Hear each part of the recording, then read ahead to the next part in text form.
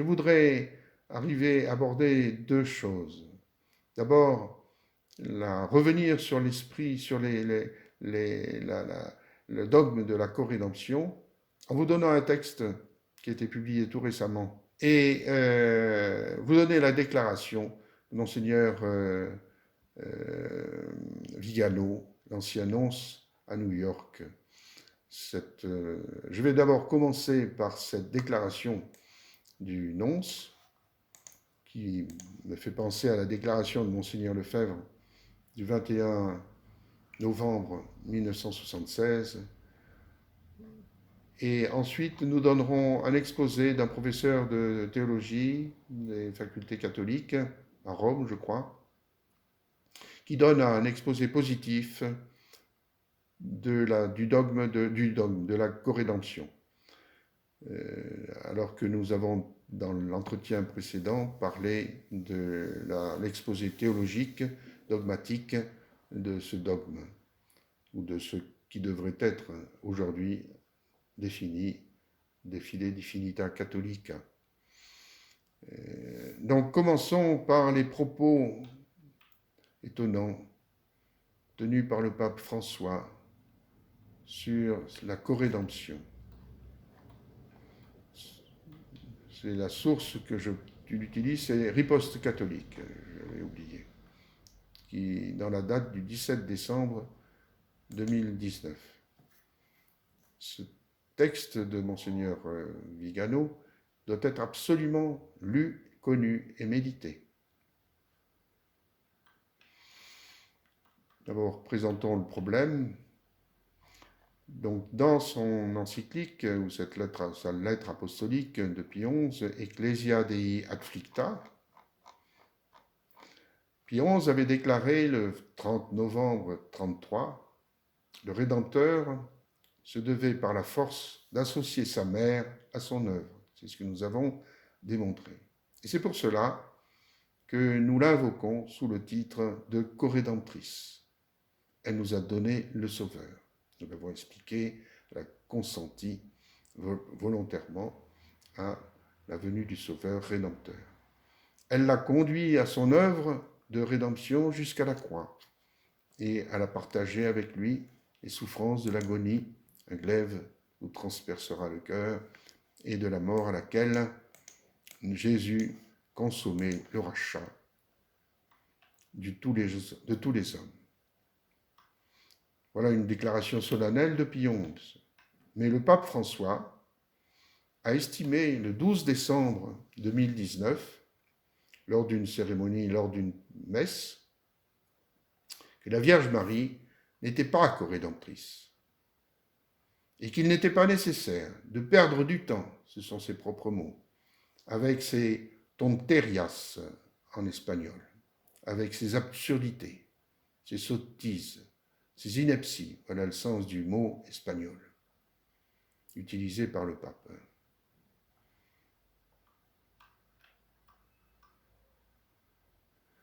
Stupéfiante déclaration.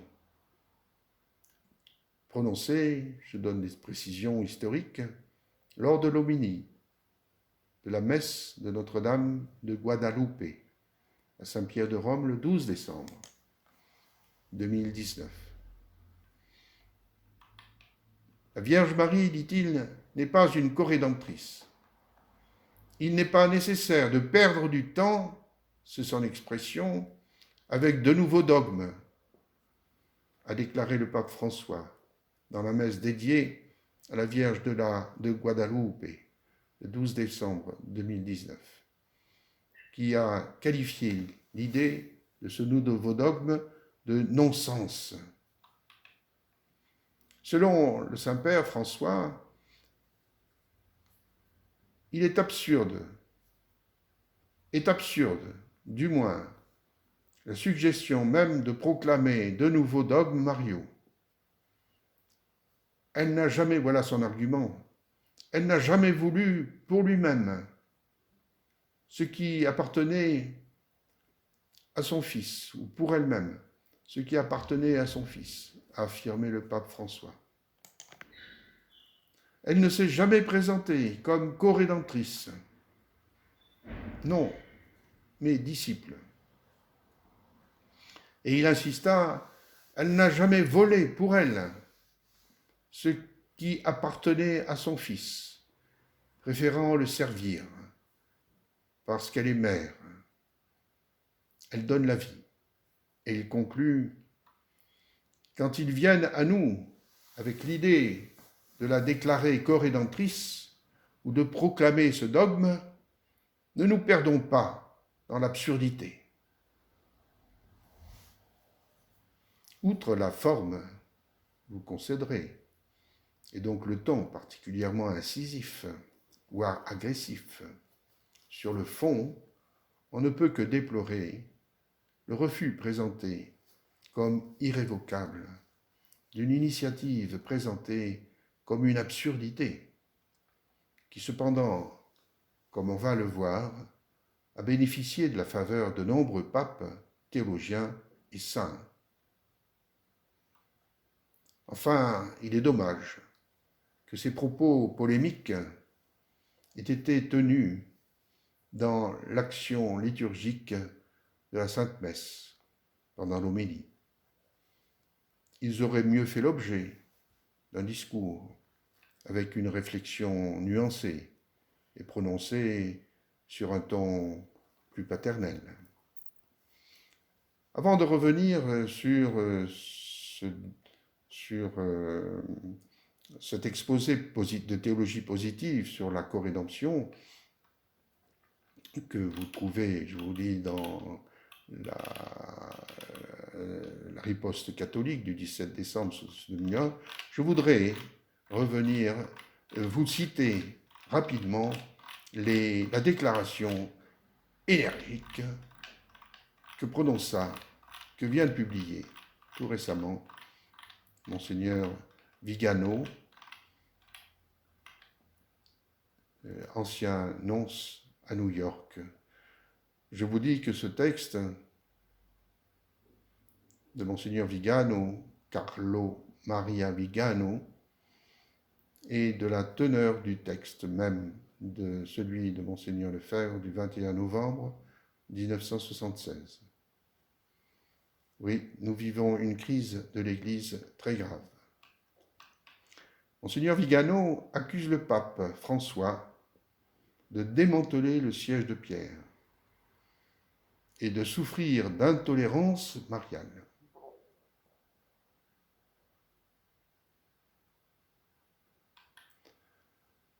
Acte d'accusation contre le pape François et manifeste d'amour pour l'Église. C'est parce qu'on aime l'Église et sa doctrine qu'on ne supporte l'erreur. Oui, acte d'accusation contre le pape François et manifeste d'amour pour l'Église. Le texte le plus vigoureux de Monseigneur Carlo Maria Vigano à ce jour. Monseigneur Vigano, ancien nonce apostolique aux États-Unis, publie aujourd'hui un document qui constitue une forte mise en accusation du pape François et en même temps une manifestation d'amour ardente pour l'Église. Correspondencia Romana a publié le texte intégral en italien, en exclusivité, au début d'après-midi, aujourd'hui. C'est avec l'aimable autorisation de Correspondenza Romana que Madame Smith propose dans son blog une traduction intégrale en français. Une pièce pour l'histoire, comme le fut le texte de Monseigneur Lefebvre du 21 décembre 1976. Voici ce texte que je vous prie d'écouter avec particulière attention. Ce texte, cette déclaration, cet acte d'accusation fait suite aux déclarations du pape François, qui, à l'occasion de la fête liturgique de Notre-Dame de Guadalupe, a qualifié de sottise, tonterio en espagnol, l'idée d'affirmer la doctrine de la Vierge Marie co-rédemptrice. Voici ce que dit le Seigneur Dieu, qui a créé les cieux et qui les a étendu, qu'il a affermi à terre avec ce qui en germe, qui donne le souffle au peuple qui vit sur elle et la respiration à ceux qui y marchent. Je suis le Seigneur, c'est là mon nom. Je ne donnerai pas ma gloire à un autre, ni mes louanges aux idoles. Le Seigneur sortira comme un héros. Il excitera son ardeur comme un guerrier. Il élèvera la voix et il poussera des cris. Il triomphera de ses ennemis. Longtemps, je me suis tu. J'ai gardé le silence. Je me suis contenu. Je me ferai entendre comme une femme au travail. Je détruirai et j'anéantirai tout à la fois. Je rendrai désertes les montagnes et les collines. Je dessécherai leur verdure. Je changerai les fleuves en îles. Je tarirai tous les étangs. Ils retourneront en arrière. Ils seront couverts de confusion, ceux qui se confient aux idoles taillées, qui disent à des images de fonte, vous êtes nos dieux, qui a livré Jacob au pillage et Israël à ceux qui le dévastent. N'est-ce pas le Seigneur lui-même que nous avons offensé, car ils n'ont pas voulu marcher dans ses voies et obéir à sa loi. Aussi a-t-il répandu sur lui l'indignation de sa fureur et la violence de la guerre. Il a allumé un feu autour de lui sans qu'il le sût. Il a brûlé sans qu'il le comprît. C'est un texte cité d'Isaïe, chapitre 42, versets 6, 17 et 24, 26. Marie Immaculée, Vierge Mère, Acces Ordinata, priez pour nous. Y a-t-il dans le cœur de la Vierge Marie autre chose que le nom de notre Seigneur Jésus-Christ? Nous aussi, nous ne voulons avoir qu'un seul nom dans notre cœur, celui de Jésus, comme la très sainte Vierge. La parabole tragique de ce pontificat se poursuit avec une succession de coups de théâtre qui s'accélèrent. Il ne se passe pas un jour sans que depuis le trône suprême, le souverain pontife procède au démantèlement du siège de Pierre, usant et abusant de l'autorité suprême, non pour confesser, mais pour nier, non pour confirmer, mais pour égarer, non pour unir, mais pour diviser, non pour construire, mais pour détruire.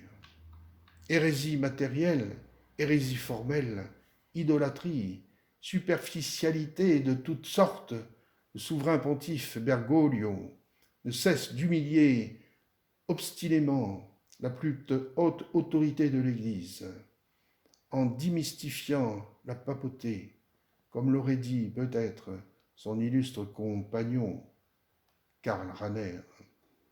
Son action vise à violer le dépôt sacré et à défigurer la face catholique de l'épouse du Christ en parole et en action, par la dissimulation, le mensonge, par ses gestes saisissants d'une ostensible spontanéité, mais méticuleusement conçus et planifiés, par lequel il s'exalte lui-même dans une continuelle auto-célébration narcissique, tandis que la figure du pontife romain est humiliée et celle du doux Christ en terre obscurcie.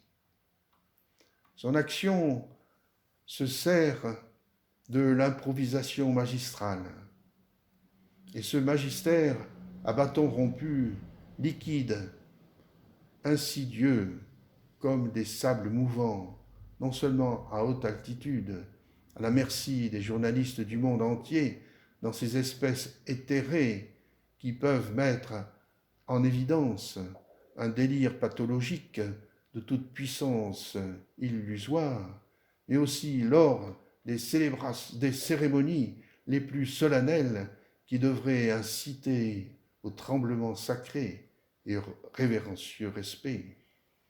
À l'occasion de la mémoire de la Vierge de Guadalupe, le pape Bergoglio a une fois de plus donné libre cours à son évidente intolérance mariale, qui rappelle celle du serpent dans l'histoire de la chute, dans ce proto-évangile qui prophétise l'hostilité radicale placée par Dieu entre la femme et le serpent, et l'hostilité déclarée de ce dernier qui, jusqu'à la fin des temps, va essayer de mordre le talon de la femme et la vaincre, elle et sa descendance.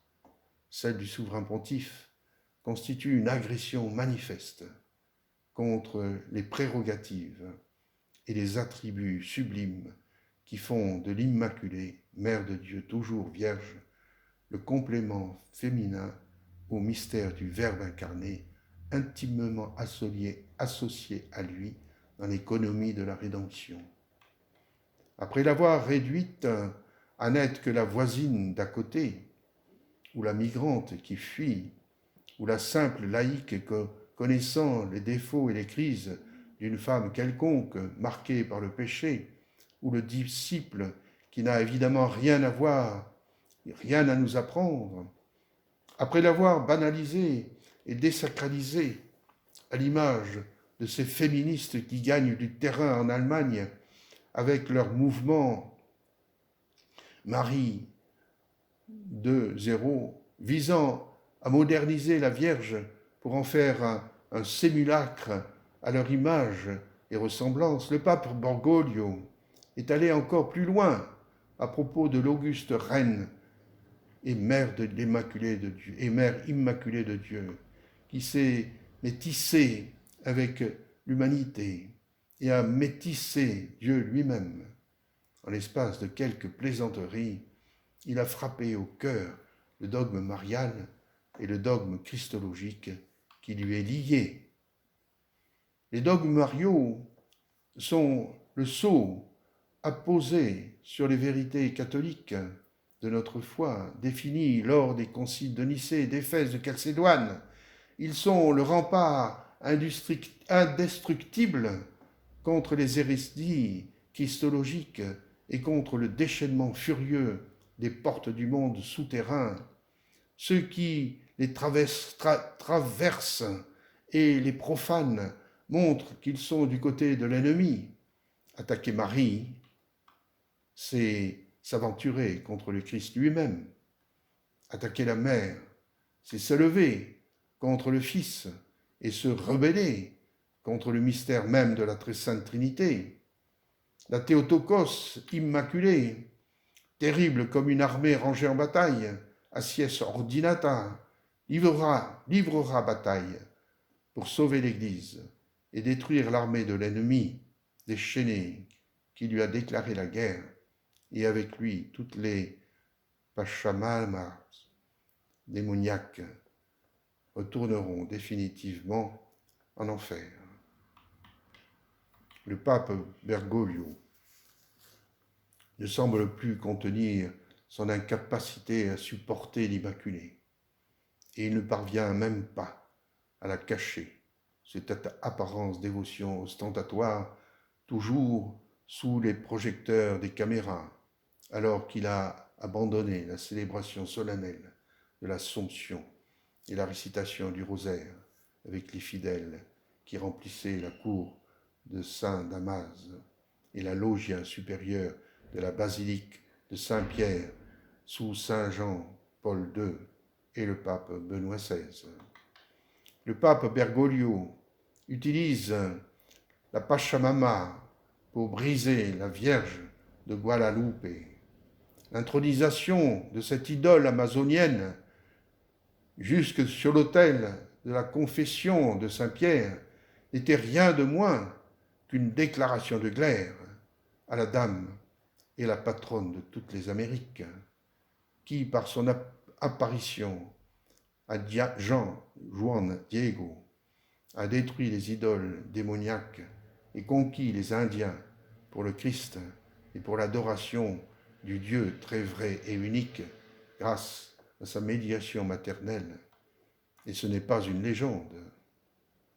Quelques semaines après l'épilogue de l'événement synodal en octobre 2019, qui a marqué l'investiture de la Pachamama au cœur de la catholicité, nous avons appris que le désastre conciliaire du Novus Ordo Missae fait l'objet d'une modernisation supplémentaire par l'introduction de la rosée dans le canon eucharistique, au lieu de la mention du Saint-Esprit, la troisième personne de la Très Sainte Trinité.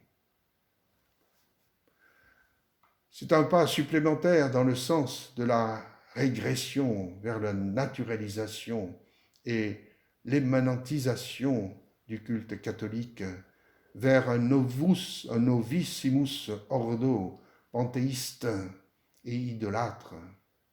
La rosée, entité présente dans le lieu théologique des tropiques amazoniennes, comme nous l'ont appris les pères synodaux, apparaît comme le nouveau principe immanent de fécondation de la terre qui opère sa transsubstantiation dans un tout panthéistement relié auquel les hommes sont assimilés et nourris et soumis à la gloire de la Pachamama. Et nous voilà plongés dans les ténèbres d'un nouveau paganisme mondialiste et éco-tribal avec ses démons et ses perversions. Par cet énième bouleversement liturgique, la révélation divine passe de la plénitude à l'archaïsme, de l'identité hypostatique de l'Esprit Saint. Nous glissons vers l'évanescence symbolique et métaphorique propre à la rosée que la gnose maçonnique a fait sienne depuis longtemps. Mais revenons un instant sur les statues idolâtres d'une rare laideur et sur la déclaration du pape Bergoglio au lendemain de leur enlèvement de l'église de Traspontina et de leur noyade dans le Tidre. Cette fois encore, les paroles du pape ont le parfum d'un mensonge colossal. Il nous a fait croire que les statuettes ont été promptement exhumées des eaux sales grâce à l'intervention des carabinieri. On se demande pourquoi alors une équipe de Vatican News, coordonnée par Tornielli et Spadano de Civita Cattolica, avec des reporters et des caméramens de la presse judiciaire, n'est pas venu filmer les exploits des plongeurs et capturer le sauvetage des Pachamama. Il est également peu probable qu'une opération aussi spectaculaire n'ait pas retenu l'attention de quelques passants équipés d'un téléphone portable pour filmer puis relancer le scoop sur les réseaux sociaux. Nous sommes tentés de retourner cette question à la personne qui a fait cette déclaration. Certainement, cette fois aussi, il nous répondra par son silence éloquent.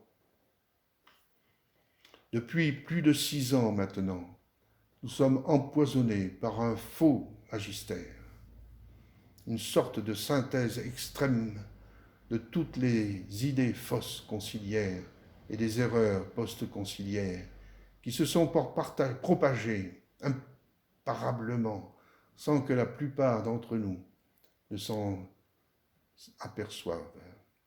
Il en est ainsi parce que Vatican II a ouvert non seulement la boîte de Pandore, mais aussi la fenêtre d'Overton, et d'une manière si graduelle que personne ne s'est rendu compte des bouleversements qui avaient eu lieu à la nature authentique des réformes, de leurs conséquences dramatiques.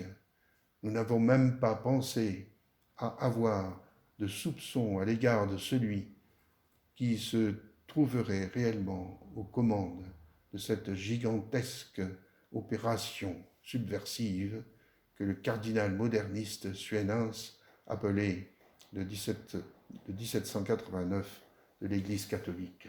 Vous me permettrez ici d'intervenir personnellement dans ce texte et de dire si il y en a eu un ou deux parmi les évêques, Monseigneur Lefebvre et Monseigneur de Castro-Meyer, et parmi des laïcs, de nombreux laïcs de la tradition, je ne citerai que Jean Madiran et sa magnifique collection d'itinéraires.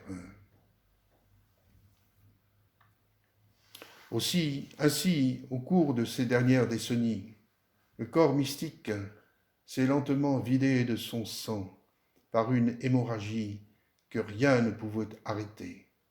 Le dépôt sacré de la foi a été progressivement dilapidé, les dogmes dénaturés, le culte sécularisé et progressivement profané, la morale saccagée, le sacerdoce diffamé, le sacrifice eucharistique protestantisé et transformé en banquet convivial.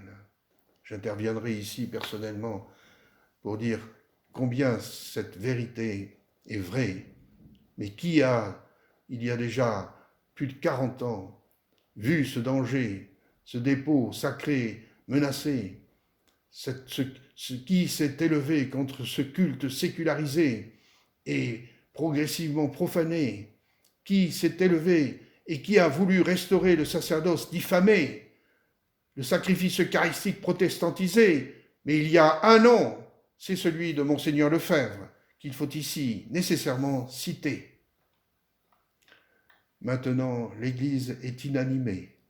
Non, j'interviens également. Non, le courant de la tradition se dresse contre ce courant protestant dans l'Église.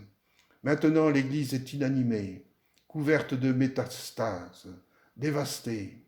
Le peuple de Dieu devenu analphabète, dépouillé de sa foi, tâtonne dans les ténèbres du chaos et de la division. Non, j'interviens encore, la tradition est vive et vivante par la création de ces séminaires, de ces écoles, de ces nombreuses familles catholiques. Au cours de ces dernières décennies, les ennemis de Dieu ont progressivement fait de 2000 ans de tradition la terre brûlée. Par une accélération sans précédent, grâce à la charge subversive de ce pontificat soutenu par le puissant appareil jésuite, on est en train de livrer un coup de grâce mortel à l'Église. Mais j'interviens encore, si vous le permettez, l'Esprit Saint est plus fort que tout Satan. Avec le pape Bergoglio, comme avec tous les modernistes, il est impossible de chercher la clarté, car la marque distinctive de l'hérésie moderniste est précisément la dissimulation. Maître de l'erreur et expert dans l'art de la tromperie, il s'efforce de faire accepter universellement ce qui est ambigu, présentant le côté inoffensif qui servira de passeport pour introduire le côté toxique qui a été initialement gardé caché.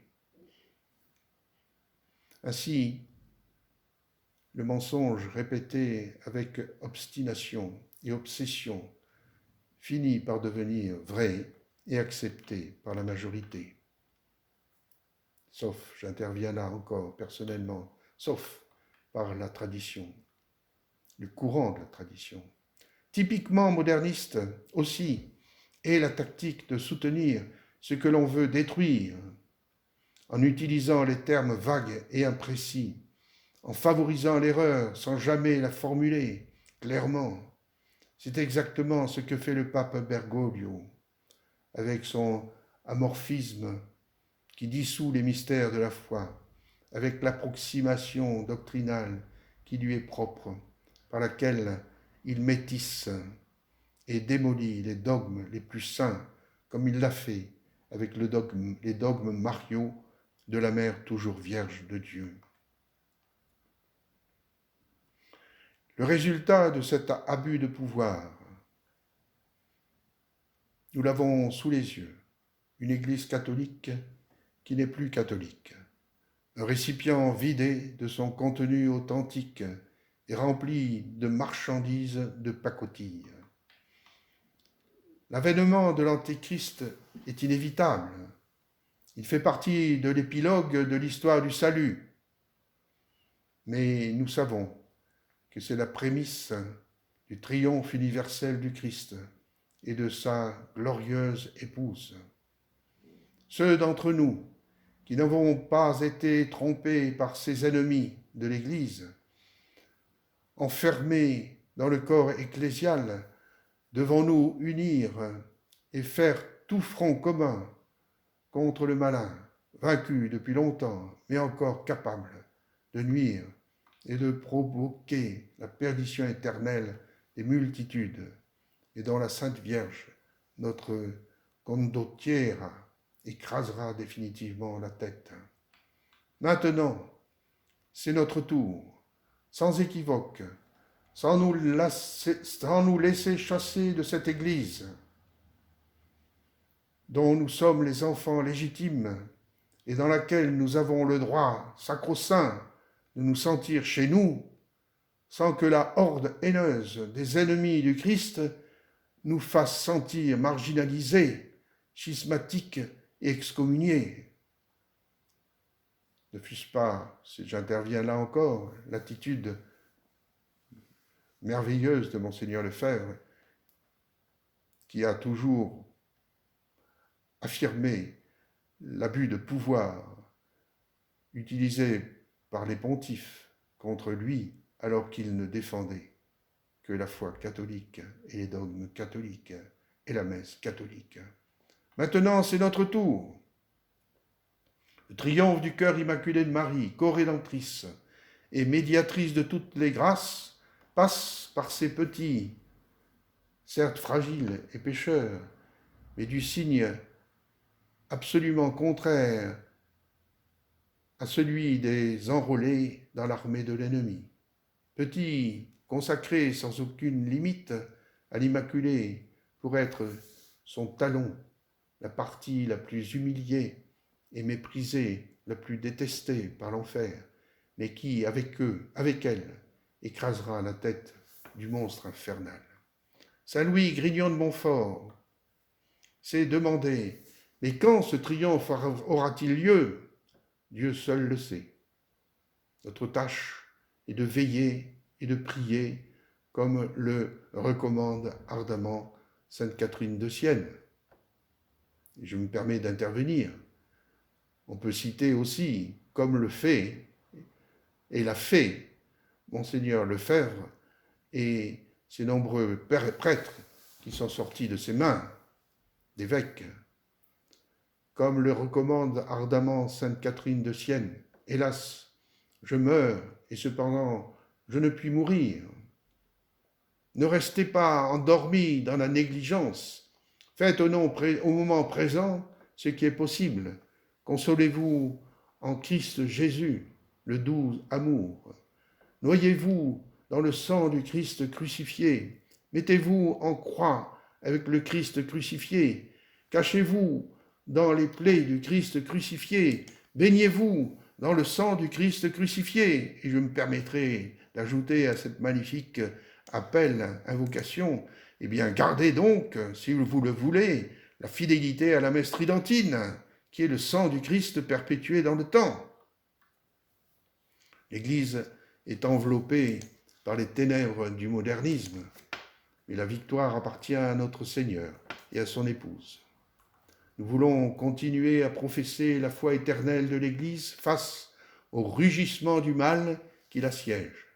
Nous voulons veiller avec elle et avec Jésus dans ce nouveau Gethsémani de la fin des temps pour prier et faire pénitence en réparation des nombreuses offenses qui leur ont été faites. Signé Carlo Maria Vigano, archevêque titulaire d'Ulpiana, nonce apostolique.